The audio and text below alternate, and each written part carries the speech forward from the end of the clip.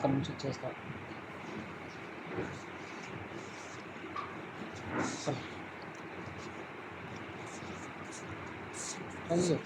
లోపల పోకు మళ్ళీ అడ్డమవుతుంది.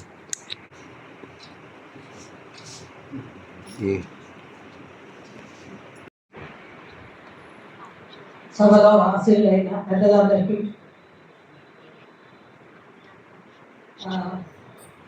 ఈరోజు ఒక మంచి రోజు, చాలా గొప్ప విషయం మనం ఈరోజు నేర్చుకోబోతున్నాము. ముఖ్యంగా జస్టిస్ బి చంద్రకుమార్ గారి ఇచ్చిన అవకాశం ఆయన ఫెస్టివల్ గురించి సంక్షిప్తంగా విశ్లేషణ చేయడం అనేది ఒక అవకాశం నాకు కలిగినందుకు నేను ఇది రెండోసారి చేస్తున్నాను. ఆయన పుస్తకానికి నాకు చాలా గర్వంగా ఉంది.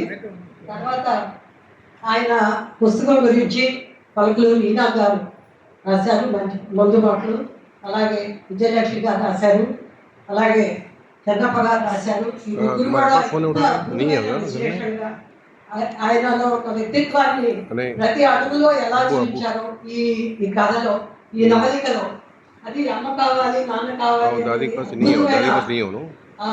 ఒక టైటిల్ పెట్టి, ఒక శీర్షిక పెట్టి, దాని మానవ సంబంధాలు ఎంత విలువైనది అమ్మ నాన్న ఇద్దరు కావడం, పిల్లలకు అవసరం ఎంత అద్భుతంగా వివరించి ఆ నవలికని తీర్చిదిద్దారనేది మనందరూ ఎన్నో విషయాలు నేర్చుకోవాల్సింది. ఆయన ఇందులో బహుపాత్రాభినయం చేశారు. ఒక నాటకాన్ని చూస్తున్నట్టుగా అనిపించింది, ఒక సినిమాని చూస్తున్నట్టుగా అనిపించింది, కానీ నాకు ఒక నవలికను చదువుతున్న ఫీలింగ్ రాలేదు. ఒక నాటకం, ఒక సినిమా మనం కళ్ళు ఆర్పకుండా ఎలా చూస్తామో అలాగే ప్రతి అడుగులోను ప్రతి పాత్రలోనూ ఆయన జీవించారు. అది చాలా అద్భుతమైనది. ఒకసారి మొదలు పెడితే మళ్ళీ ఆపడం అనేది మనకు తరం కాదు. అంత అద్భుతమైన చక్కటి పాత్రాభినయం కూడా చేశారు.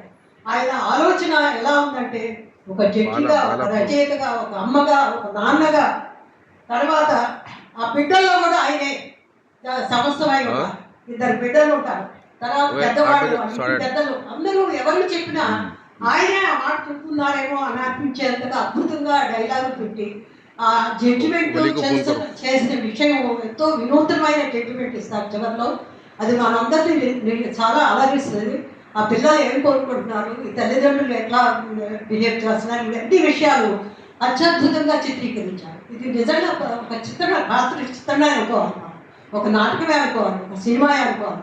ఆయన ఎన్ని విశ్లేషణలు ఎన్ని విధాలుగా ఆలోచించి ఎంత చక్కటి నవలికను 53 పేజీల్లో చిత్రించగలిగారు. మనకి మనసుల్లో నిండిపోతుంది ఆనందం. ఇంత చక్కటి జడ్జిమెంట్ మనకి చివరికి రావడం అనేది కూడా అందరూ హర్షించేలాగా ఉంటుంది.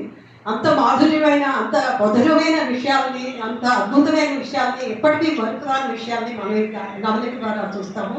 ఆ పాత్ర చిత్రం నిజంగా మనసుకు అతుకుపోయి మనకు ఆర్ద్రతగా ప్రతి పాత్రలోనూ మనం జీవిస్తాము. ఆయన మనల్ని జీవించేటట్టు చేస్తాము. మనం కూడా అట్లా చేస్తే ఎంత బాగుంటుంది. ఇది ఎంత అద్భుతమైన నవలిక. ఇలాగ మనం కూడా మనం ఇలా పాత్ర చిత్రం చేయగలిగితే ఎంత బాగుంటుంది. నవలిక రాయకపోతే ఇంతవరకు నాకు ఐడియా లేదు, రాయలేదు కాబట్టి కథల వరకే రాశారు, కొంచెం పెద్దవాళ్ళు రాశారు. కానీ ఈ రోజు నాకు ఎప్పుడు రాద్దామా అనిపించేంత ఆతృత కలిగింది. నిజంగా రాయాలి, ఇలాంటి నవలికలు రాయాలి, మనసుకు ఆతృత కలిగించే రాయాలి. సమాజంలో జరుగుతున్న దుర్భరమైన కండిషన్స్ లో బిడ్డలు ఎలా పెంచాలి, బిడ్డలు ఎలా కష్టపడకుండా ఎలా పెంచాలి అనేది కూడా ఎంతో నేర్చుకోవాలి ఈ నవలిక ద్వారా.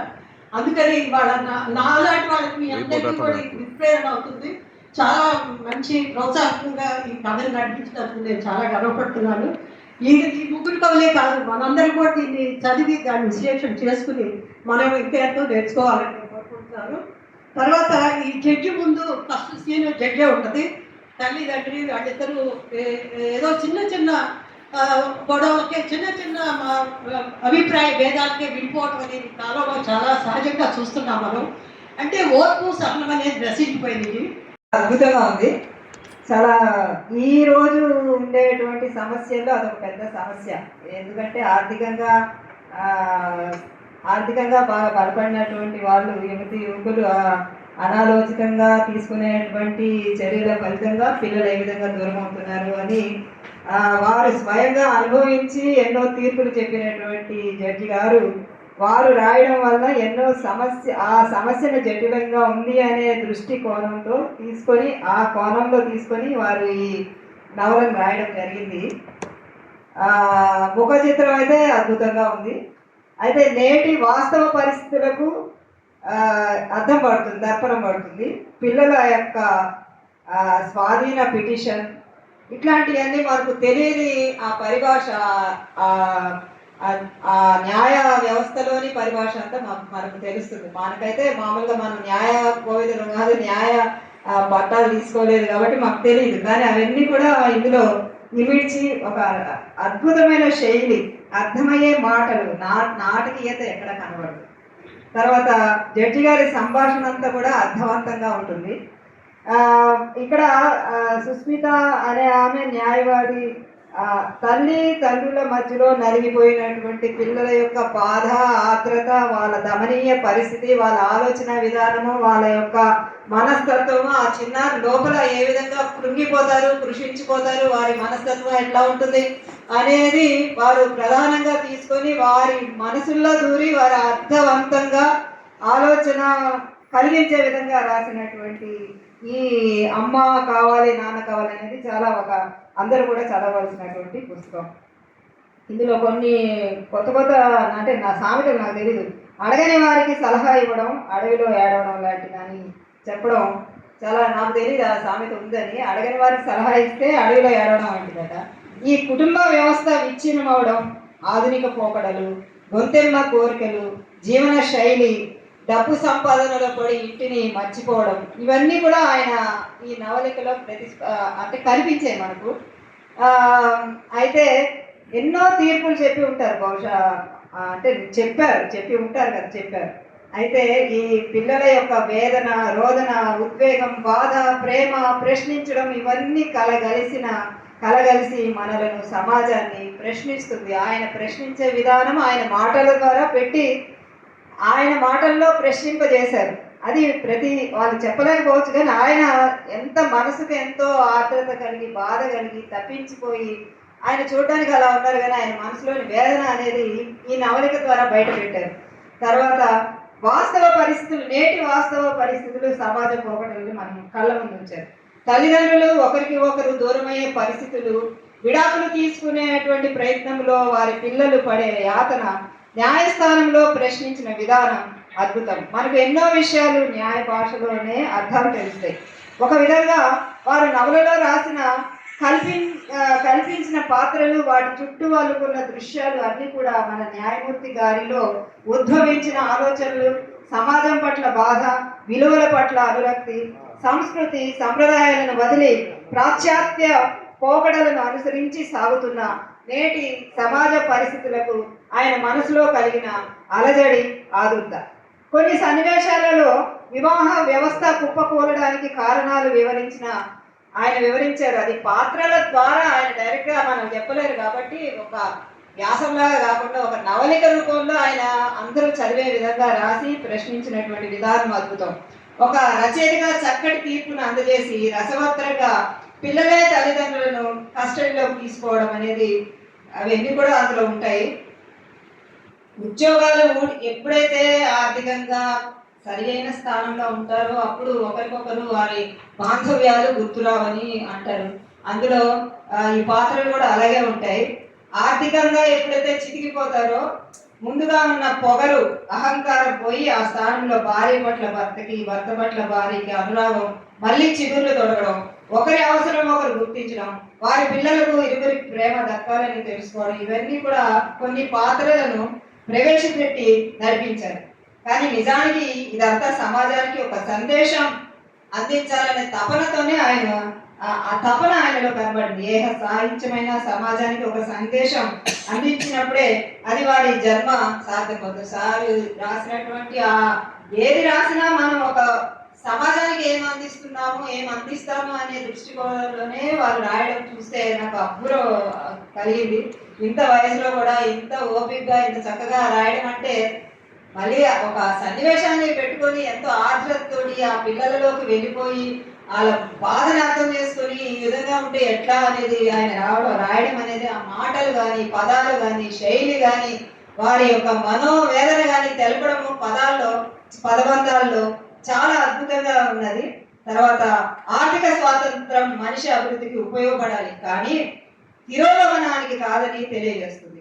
భావి భారత నిర్మాతలు పిల్లలు వారు తల్లిదండ్రుల ప్రేమను పొంది ఎదిగినప్పుడే సవ్యమైన దిశలో ఉంటారని, లేకపోతే సమాజానికి పట్టిన చీడలాగా తయారవుతారని తెలియజేస్తారు.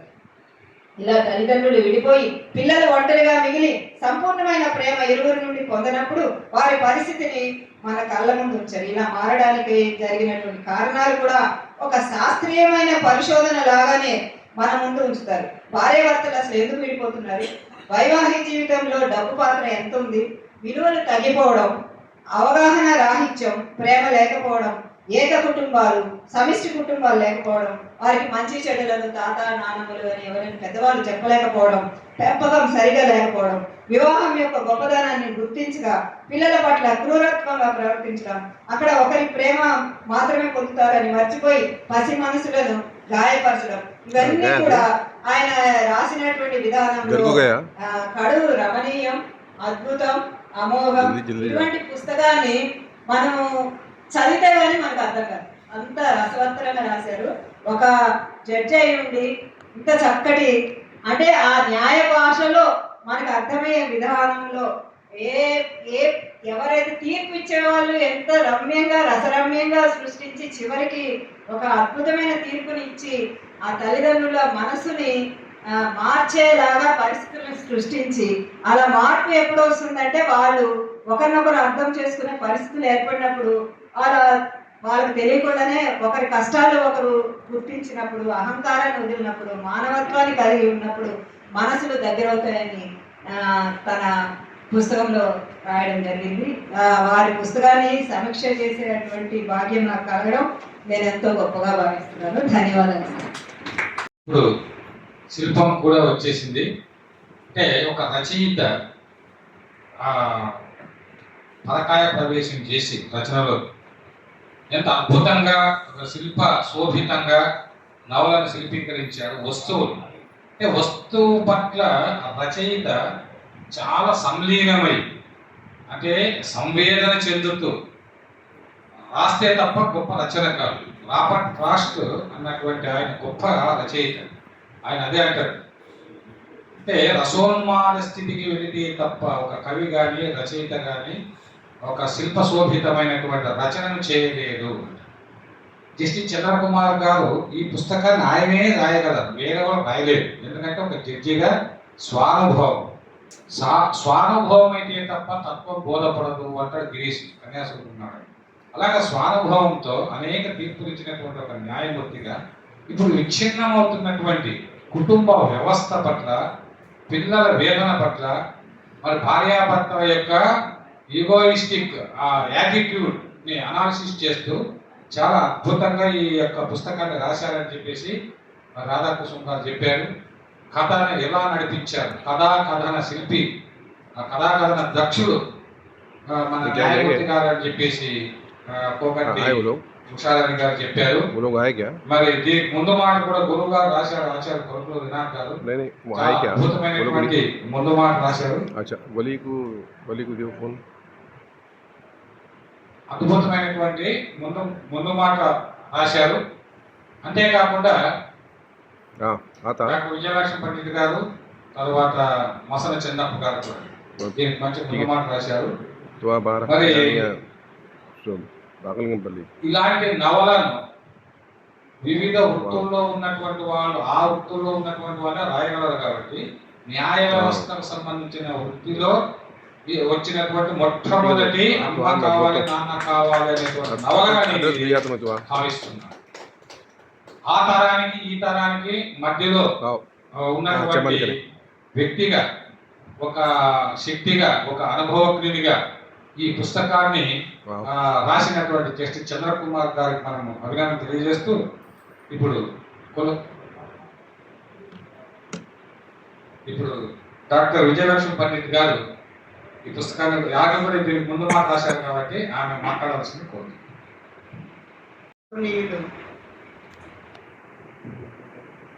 సభా అధ్యక్షుడు ముఖ్య అతిథి పద్మశ్రీ ఆచార్య కనకలూరి ఇనాం గారు ఆయన మన తెలుగుదేశంలోనే తెలుగు రాష్ట్రాలకే భారతదేశానికే ఒక సాహితీ దిగ్గజంగా నేను ఇప్పుడు అభిమానిస్తాను, గౌరవిస్తాను, ప్రేమిస్తాను.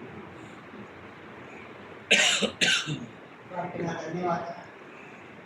నమస్కారాలు. ఇక అమ్మ కావాలి నాన్న కావాలి అని నవలిక రాసిన గౌరవనీయ జస్టిస్ చంద్రకుమార్ గారిని కృష్ణ గారి ద్వారా పరిచయం అయ్యి వారిలో ఉన్న వ్యక్తిత్వము, సంస్కారము ఇవన్నీ కూడా నన్ను ఎంతో ప్రతిస్తాయి. వారు రాసిన ఆల్మోస్ట్ పుస్తకాలన్నీ కూడా నాకు సారు నాతో వారి రచనలన్నీ కూడా ఆల్మోస్ట్ నేను చదివాను. ఇక ఇప్పటి నవలికల గురించి ఆలోచిస్తే నాకు సారు దీనికి ముందు మాట రాయడానికి నాకు అవకాశాన్ని ఇచ్చినందుకు నేను ధన్యవాదాలు చెప్తున్నాను. ఇది ఒక సందేశాత్మక నవలిక అనొచ్చు, ఎందుకంటే షార్ట్ నవల 5 పేజెస్లో ఉన్న నవలిక. తను ఉషాగా చెప్పినట్టు ఒక నాటకంగా కూడా అనిపిస్తుంది, నాటిక రూపంలో కూడా, సంభాషణ రూపంలో.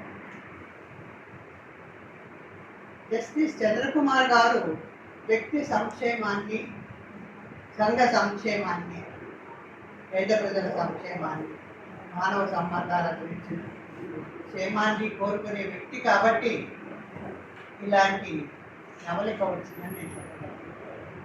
అందరూ జడ్జిలు అట్లా ఉంటారు, డబ్బులు తీసుకొని కూడా చేసే వ్యవహారాలు చాలా ఉంటాయి. ఎందుకంటే నేను ఒక లాయర్ కూతుర్ని, మా నాన్నగారికి ఈ దోమో పలవరి రామకృష్ణారెడ్డి గారని 93లో చనిపోయారు, మదనపల్లి మా ప్లేస్. మా నాన్నగారు కూడా ఇలాంటి కేసులు డీల్ చేసినప్పుడు నేను ఎక్కడో ఆ ఆఫీస్ రూమ్ దగ్గర ఉండి వినేదాన్ని. ఆయన ఇలాంటి కేసులు ఒకదాన్ని ముద్దాయిలు ఇద్దరు ఉంటే భార్య భర్త, ఎందుకురా నువ్వు ఆ అమ్మాయిని వదిలేస్తున్నావు అంటే అక్కడ విలేజ్ ఉంటే వచ్చేవాడు చాలా మంది. అది ఏదో చిన్న తప్పు చేసిందంట, అందుకు మా నాన్న వచ్చేవారు. నీ కోసం వాళ్ళ తల్లిదండ్రులను వదిలి వచ్చి నీకు పిల్లల్ని కానీ వంట చేసి అన్నీ చేసి నీకు కావాల్సిన కోరికలన్నీ తీర్చితే ఈ చిన్న విషయానికి నువ్వు విడాకుల కోసం వచ్చావా? నువ్వు ఇంకొకసారి పోయి 6 నెలలు సంసారం చేయి, తర్వాత రామో చూద్దాము అని. అంటే అందరూ సారు కూడా చేసిన ఈ నవలికలో అది మనకి కనిపిస్తుంది. ఆయన పర్పస్ఫుల్గానే కొంచెం పోస్ట్పోన్ చేస్తారు ఈ జడ్జిమెంట్. ముఖ్యంగా ఈ నవలికలో మనం గమనించాల్సింది ఏంటి అంటే, ఇప్పటి సంఘంలో, ఇప్పటి సామాజిక కండిషన్లో, మానవ సంబంధాల్లో విడాకులు అనేవి ఎక్కువైపోయి. ఇది ఎందుకని అంటే, ఇప్పుడు ఇక్కడ ఉన్న మన 50s+ గ్రూప్స్ 40s నుండి ఉన్న వాళ్ళకి బంధువుల్లోనూ, కొడుకులో కూతుర్లోనూ ఇలాంటి తగాదాలు మీరే ఉంటారు. కానీ మన జనరేషన్లో మనం ఎక్కువ చూడలేదు, మన అమ్మా నాన్న కానీ మన జనరేషన్. కానీ ఇప్పటి జనరేషన్లో చూస్తే దానికి కారణాలు ఏవి అంటే, ఒకరినొకరు అర్థం చేసుకోకపోవాలి. ఇద్దరు వ్యక్తులు దగ్గరైనప్పుడు భార్య భర్త ఒకరినొకరు గౌరవించుకోవాలి, ఒకరికొకరు వ్యక్తిత్వాన్ని అర్థం చేసుకోవాలి, మంచి చెడ్డలు తెలుసుకోవాలి. ఆ విషయాన్ని కూలంకషంగా సార్లు ఈ నవలికలు కూడా చెప్తారు. అంతేకాకుండా అమ్మా నాన్నలకి ఇప్పుడు ఏదైనా సమస్య వస్తే పెద్దలకి కూడా చెప్పుకోవడం అవసరం. అమ్మకి కానీ, నాన్నకి కానీ, అత్తమామలకు కానీ ఇది సమస్య అని వాళ్ళ దగ్గర కూర్చొని మాట్లాడుకోవాలి. అలాంటిది లేదు. అన్ని సమస్యలకి వాళ్ళే జడ్జిమెంట్, వాళ్ళే నిర్ణయం చేసుకొని విడాకుల కేసులు వేసేసుకోవడం వరకు వచ్చేస్తుంది. అది కూడా తప్పే.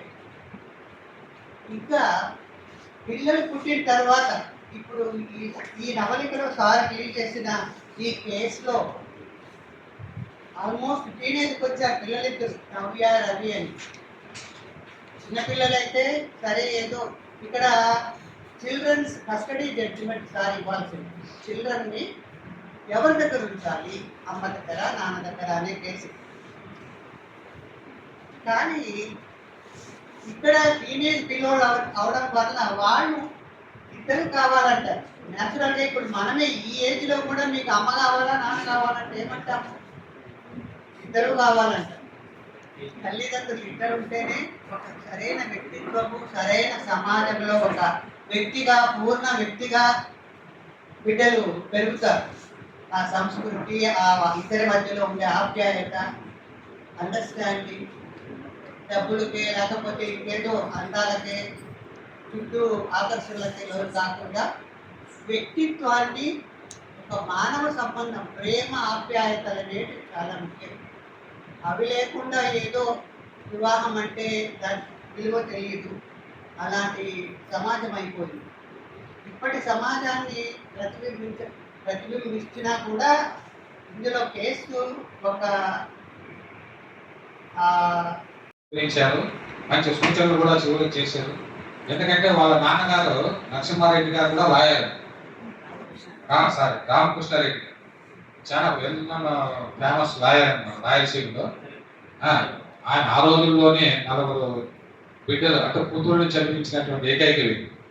కాబట్టి మీ నాన్నగారి పేరు మీద నాకు కనిపించింది ఏంటంటే, పుస్తకం చదివిన తర్వాత ఈ ఫ్యామిలీ కోర్ట్స్ ఉంటాయి కదా, నాకు 100 పంపించి ఫస్ట్ జడ్జి చేత ఆ వచ్చినటువంటి వాళ్ళ తల్లిదండ్రులు పంచితే ఇది ఒక గొప్ప ప్రాజెక్ట్ అవుతుంది, ఇది చదివితే వాళ్ళు చాలా మంది మారే అవకాశం ఉంది, అనిపించింది. సాఫ్ట్వేర్ వాళ్ళంతా కూడా కోట్లకే కదా ఫ్యామిలీ. కాబట్టి ప్రాజెక్ట్ గా అది ఎందుకంటే వాళ్ళ నాన్న కూడా లాయర్ కాబట్టి ఆయన పేరు మీద ఒక పెద్ద ప్రాజెక్ట్ తయారు చేయాల్సిందిగా విజయలక్ష్మి పండిట్ గారిని కోరుతున్నారు.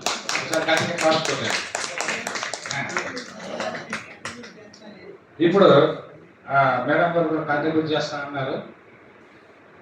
ఇప్పుడు ఇంకొక 2 ఉన్నారు, సంక్షిప్త సుందర సందేశం ఇస్తారు. ఆ తర్వాత గురువు గారు మాట్లాడతారు.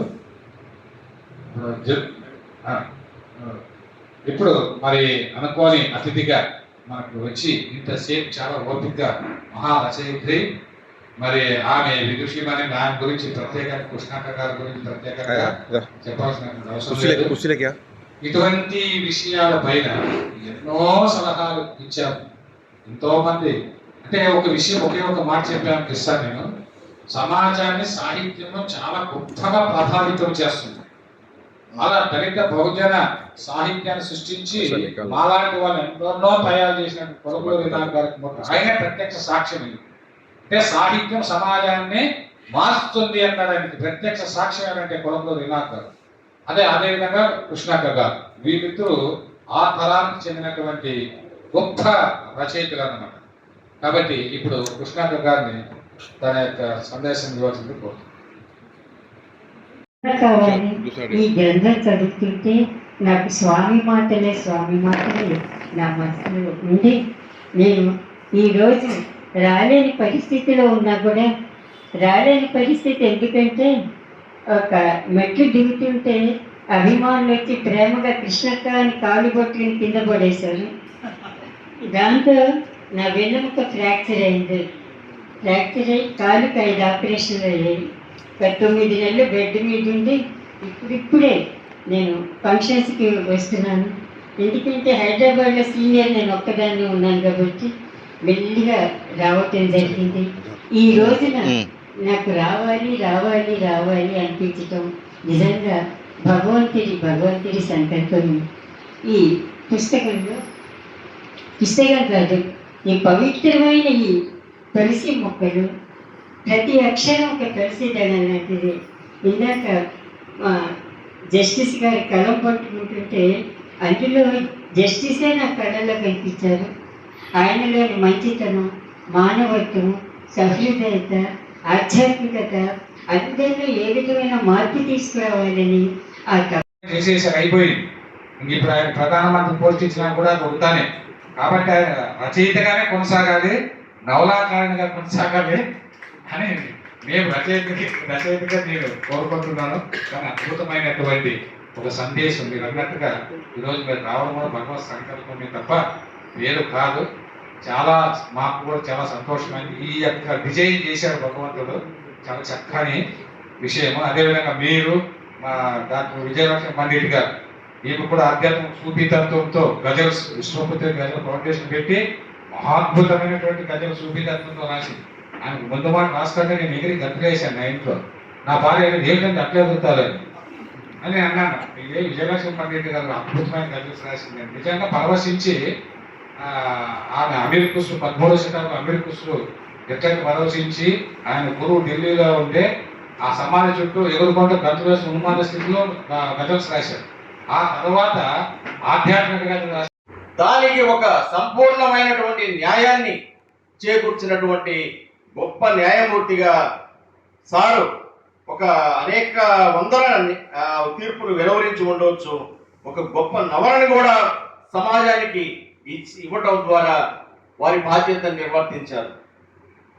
ఈ కాలంలో అంటే కృష్ణకుమార్ గారు చెప్పిన మాటకి నేను అంటే ఆ సార్కి చంద్రకుమార్ గారికి ఇంకో 10 ఏళ్ళు ఎక్స్టెన్షన్ ఇస్తుంటే బాగుండేదనే పాయింట్కి మీకు సమాధానం చెప్తున్నా మేడం.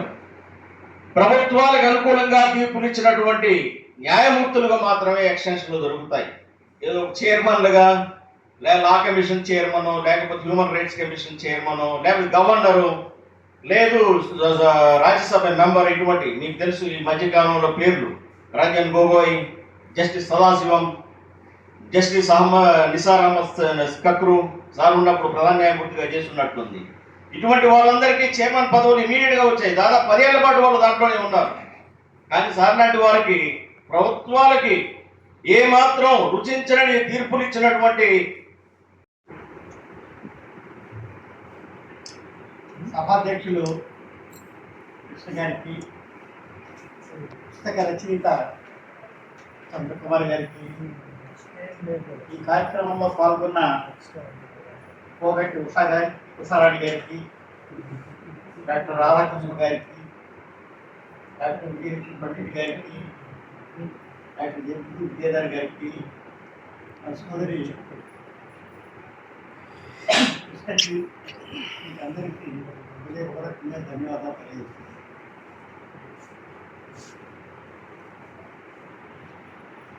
జస్టిస్ చంద్రకుమార్ గారు ఉన్నటువంటి తప్పక ఆయన సమాజం కోసం మానవ జీవితాన్ని గురించి చాలా చక్కని ఆలోచనలు చేసేటటువంటి ఆయన అంటే నాకు చాలా ఇష్టం. ఆ ఇష్టం కలగడానికి కారణం కృష్ణ ఆయన గురించి నాకు చెప్పారు. చెప్పిన తర్వాత నా కళల్లో ఇంక్ అయిపోయిందన్న పుస్తకం నేను చదివే పరిస్థితి వచ్చింది. ఆ చదివిన తర్వాత వారు నాకు పూర్తిగా తెలిసి వారిని ఆ రోజు నుంచి ఈ రోజు దాకా ఒక అద్భుతమైనటువంటి మానవత్వం గుర్తుపెట్టుకుంటూ ఆయన మర్చిపోలేకుండా ఉంది. ఆయన రాసిన పుస్తకాలు చదవడం దాదాపు నేను ఆయన రాసినటువంటి అన్ని పుస్తకాలనే చదివాను అని అనిపిస్తుంది. పుస్తకాలు వాడు ఇచ్చి రేపు ముందు మాట అడగమని ఇటుమని అడిగేటటువంటి దర్జా దౌర్జన్యం ఉన్నటువంటి వ్యక్తి చదువుకోవాలి. వాడు పుస్తకం చేపిస్తారు, రేపు పొద్దున్నే ముందు మాట అడగలేదు. అది ఎవరో అడగలేరు, ఎవరో కూడా అసలు ఆశించలేరు. ఈ పుస్తకం నేను ఇచ్చాడు, రేపు పొద్దున్నే నేను ముందు పాటు రాశాను, వచ్చి తీసుకెళ్ళమని ఆయన అడగక ముందే చెప్పానని చెప్పడానికి ఉన్న అర్థం ఏమిటంటే ఒక పుస్తకం ఆసక్తి కరెక్ట్ కాకపోతే దాన్ని వెంటనే చదవలేము. ఒక పుస్తకం ఇష్టమైతే దాన్ని వదిలిపెట్టకుండా చదువుతాం. చదవడానికి పెట్టేది గంట సేపే. ఆ గంట సేపు చదవాలన్నటువంటి ఉత్సాహం అనిపించింది. ఏంటంటే ఇవాళ తల్లిదండ్రులను బట్టి, వారి గుణగణాలను బట్టి, వారి ప్రేమలను బట్టి పిల్లలు వారి భవిష్యత్తు ఉంటుందన్న మాట చాలా గొప్ప మాట. ఎందుకంటే ఉదాహరణ జస్టిస్ చంద్రకుమార్ గారి తండ్రి రామచంద్రరావు, అదేవిధంగా తల్లి, వాళ్ళ యొక్క పెంపకం. ఒక్క నిమిషం, వాళ్ళ అక్కడ ఒకే ఒక మాట ఇక్కడ గుర్తు చేయాలి. తల్లి ఆయన అంత నిబద్ధత నిజాయితీ కలిగినటువంటి న్యాయమూర్తి కావడానికి కారణం వాళ్ళ నాన్నగారే. ఎక్కడో ఆదిలాబాద్ దూరంగా అక్కడికి ట్రాన్స్ఫర్ చేయడానికి 200 రూపాయలు ఇస్తే ట్రాన్స్ఫర్ అవుతుందని ఆ యూనియన్ మ్యాన్ వచ్చి ఇంట్లోకి వచ్చి అడిగినప్పుడు వాళ్ళ నాన్న అన్న మాట్లాడితే రేపు పొద్దున్న నా కొడుకు నేను ఏం సమాధానం చెప్పాలి, అంటే అవినీతి పరుడు కావాలని అవుతాడు కదా, నేను తీసుకొస్తే చూస్తున్నాడు కదా, కాబట్టి తిరస్కరించిన ఆ ఒక్క మాటే ఒక న్యాయమూర్తిగా జస్టిస్ చంద్రకుమార్ని నిష్కలంకమైనటువంటి న్యాయమూర్తిగా, నిజాయితీ పరునిగా, సంచలనాత్మక తీర్పు ఇచ్చే విధంగా చేసింది. అది గురువు గారు చెప్తే నాకు జ్ఞాపకం వచ్చింది. తల్లిదండ్రులను బట్టి పిల్లలకు గుణగణాలు వస్తాయి, వ్యక్తిత్వం అభివృద్ధి చెందుతుంది. వాడు భవిష్యత్తులో ఏ పోస్టులో ఉన్నా, ఏ పదవిలో ఉన్నా దాన్ని వాడు ప్రేమతత్వంతో పెరిగి ఉంటే సమాజాన్ని కూడా ప్రేమతత్వంతో చూస్తాడు. అందుకే మన తెలుగు విద్యార్థులు చాలా మంచి మాట అన్నారు, ఏంటంటే సమాజం అనే కోర్టులో ఇప్పుడు సంచలనాత్మకమైన తీర్పు ఇస్తున్నారు అన్నారు. అద్భుతం. ఇప్పుడు సమాజం ఆయన కోర్టు అయిపోయింది. కాబట్టి కుటుంబ వ్యవస్థ పకడ్బందీగా ఉండాలి, విలువలతో కూడి ఉండాలి. ధనము ముఖ్యము కాదు, డబ్బు డబ్బు డబ్బు అని తల్లిదండ్రులే డబ్బు కోసం వెంపర్లాడితే పిల్లలు కూడా అలా వెంపర్లాడి వ్యక్తిత్వ హననాలు జరుగుతాయి, వాళ్ళ కుటుంబాలు విచ్ఛిన్నం అవుతాయి, హింస పెరుగుతుంది. కాబట్టి సమాజం భ్రష్టత్వం పొందుతుంది అనేటువంటి సందేశాన్ని ఆయన రచనలో ఇస్తున్నందుకు తెలియజేస్తూ, ఇప్పుడు గురువు గారు వెళ్తున్నారు కాబట్టి ఆయన చిరు సత్కారం చేస్తున్నాము. మీ అందరికి అర్థమవుతాడు కదా.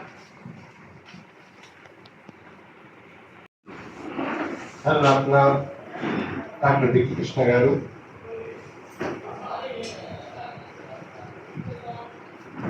ఉభయ రాష్ట్రాల్లోనే ఒక ప్రముఖ కవి, విమర్శకులు, గొప్ప రచయిత, సభా సామ్రాట్ అంతవరకే కాదు. నేను ఆయన మరింత ప్రేమించడానికి కారణం ఏంటంటే అనేక మంది కొత్త కవులను ఆయన పరిచయం చేస్తూ, అనేక మంది యువకులను ప్రోత్సహిస్తూ, వాళ్ళ చేత రాయింపజేస్తూ, వాళ్ళ పుస్తకాలు ప్రచురించే విధంగా ప్రోత్సహిస్తున్నందుకు నిజంగానే తెలుగు భాషకు వాళ్ళు చేసినటువంటి కృషి చాలా అభినందనీయం. బహుశా నాకు తెలిసి ఉభయ రాష్ట్రాల్లో ఇంకెవ్వరు కూడా బిక్కి కృష్ణ గారు చేస్తున్నటువంటి కళాసేవ చేయడం మొత్తం ఉభయ రాష్ట్రాలు, తెలుగు ఉభయ రాష్ట్రాలు. సో ఇది మరి ఈనాటి యొక్క ముఖ్య అతిథి, ఆ పుస్తకాన్ని ఆవిష్కరించినటువంటి పద్మశ్రీ కొల్కమూరి వినాయక్ గారు, మరి అంత ఎంతటి మహారచయితనో మీ అందరికి కూడా తెలుసు. వాస్తవం చెప్పాలంటే జ్ఞానపీఠ అవార్డు లాంటిది మనకి రావాల్సినటువంటి ఉండే, వాస్తవం చెప్పాలంటే అంతటి గొప్ప రచనలు ఆయన చేయడం జరిగింది. మరి మా అక్క కృష్ణక్క రావడం నిజంగా అదృష్టంగా భావిస్తుంది. ప్రేమ తత్వం భక్తిపూర్వకమైనటువంటిది, ఆ భక్తిగా లీనం కావడం, నేను ఆ పుస్తకాలు చదివినప్పుడు నేను ఒక రకంగా మైమర్చిపోయాను. ఇంత బాగా चॉकलेट कलर का डब्बा है, अंदर जाके निकालो बोल, अंदर जाके निकालो बोल, 40 रुपये बोल. డాక్టర్ విజయలక్ష్మి పండిత్ గారు, మరి ఆమె శత్రుత్రిక గజల్ ఫౌండేషన్ ఏర్పాటు చేసి ఈ గజల్ సాహిత్యాన్ని వాళ్ళు వెలుగులోకి తీసుకొస్తున్నారు. అంతేగాక గజల్ వచ్చి దాదాపు 16-17 సంవత్సరాలు అయింది. అప్పటి నుంచి ఆయన చూస్తున్నాడు నా కష్టాలు. ఒకసారి ఒక సభలో, ఆయన పుస్తక సభలో కాకపోతే సార్ వల్లనే నేను ఈ స్థాయిలో ఉన్నాను ఎన్నోసార్లు చెప్పకూడదు అనుకుంటాను, పదే చెప్తావు కదా నువ్వు అని అంటారు ఆయన. కానీ చెప్పడానికి జీవితం. సిడి సాహెబ్, నేను అభ్యుదయ కవిగా ఉన్న నన్ను చాలా ఎమోషనల్గా ఉన్న నన్ను, సీనియర్ జర్నలిస్ట్గా అప్పటికే నేను చాలా ఉన్న నన్ను సాహితత్వం వైపు మళ్లించినటువంటి నాకు గురువు మాకు జస్టిస్ చంద్రకుమార్ గారు. అప్పటి నుంచి ఇప్పటి వరకు ఆయన చెప్పేది ఏమంటే, నేను ఎప్పుడన్నా బాధ ఎవరికి చెప్పుకోను కదా, సార్ ఇది తొలి సార్ అంటే కష్టం రాని కృష్ణ అన్నాడు. ఇంకా ఎప్పుడు సార్ 62 63 ఏళ్ళు అయిపోయాయి నాకు. ఒక సభలో నేను ఒక కవిత చెప్పిన తర్వాత నారాయణ రెడ్డి గారు అన్నారు, నేను దానికి సభాధ్యక్షుడిగా ఉన్నాను. ఏమంటే, తెల్లని ఆకాశంలో అన్నబింబంలా తెల్ల జొన్న రొట్టెపై ఎర్రగారం నంజుకొని మల్లె మొగ్గలు లాంటి అన్నపు మెతుకుల కోసం అక్షరాల విత్తుల్ని మెదడులో నాటుకొని ముక్కగా వృక్షంగా మహావృక్షంగా బాధల గాథల్లో బోధి వృక్షంగా ఎదిగిన రైతు బిడ్డను నేను, దరిద్రాన్ని దర్జాగా అనుభవించిన ఈ దశాబ్దపు మహాకవిని నేను. ఒకడు నన్ను గుర్తించడమేమి, ఒకడు నన్ను గుర్తించడమేమి, ఒకడు నన్ను గుర్తించడమేమి.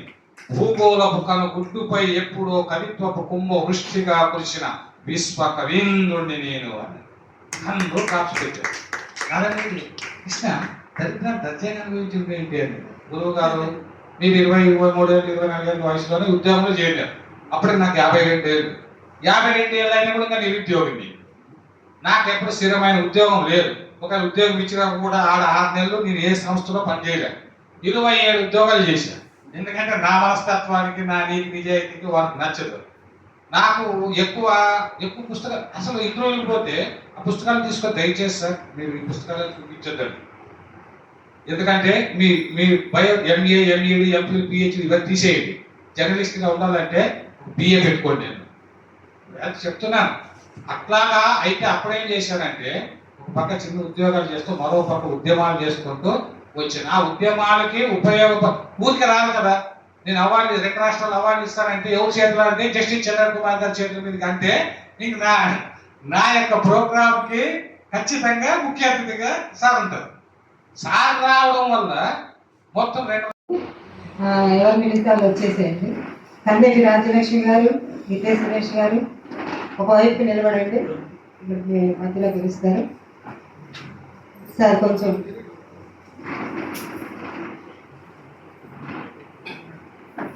కందేటి రాజ్యలక్ష్మి గారు, నితే సురేష్ ఒక్క నిమిషం ఆగండి. కందేటి రాజ్యలక్ష్మి గారు,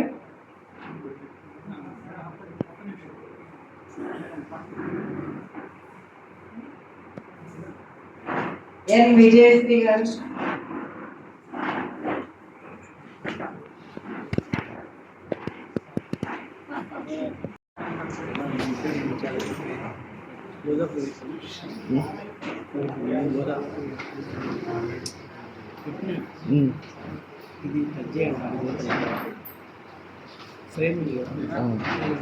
అలా చేయాలా? అచ్చా ఓకే చూసి. ఎన్ విజయశ్రీ గారు, కాదంబరి కృష్ణప్రసాద్. విజయశ్రీ గారి తర్వాత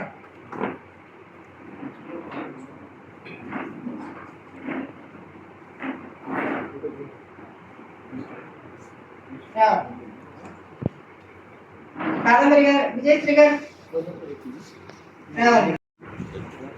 తర్వాత శ్రీనివాస్ అనంతాత్మల. పిలిచిన వారు వెనక్కి వచ్చేసి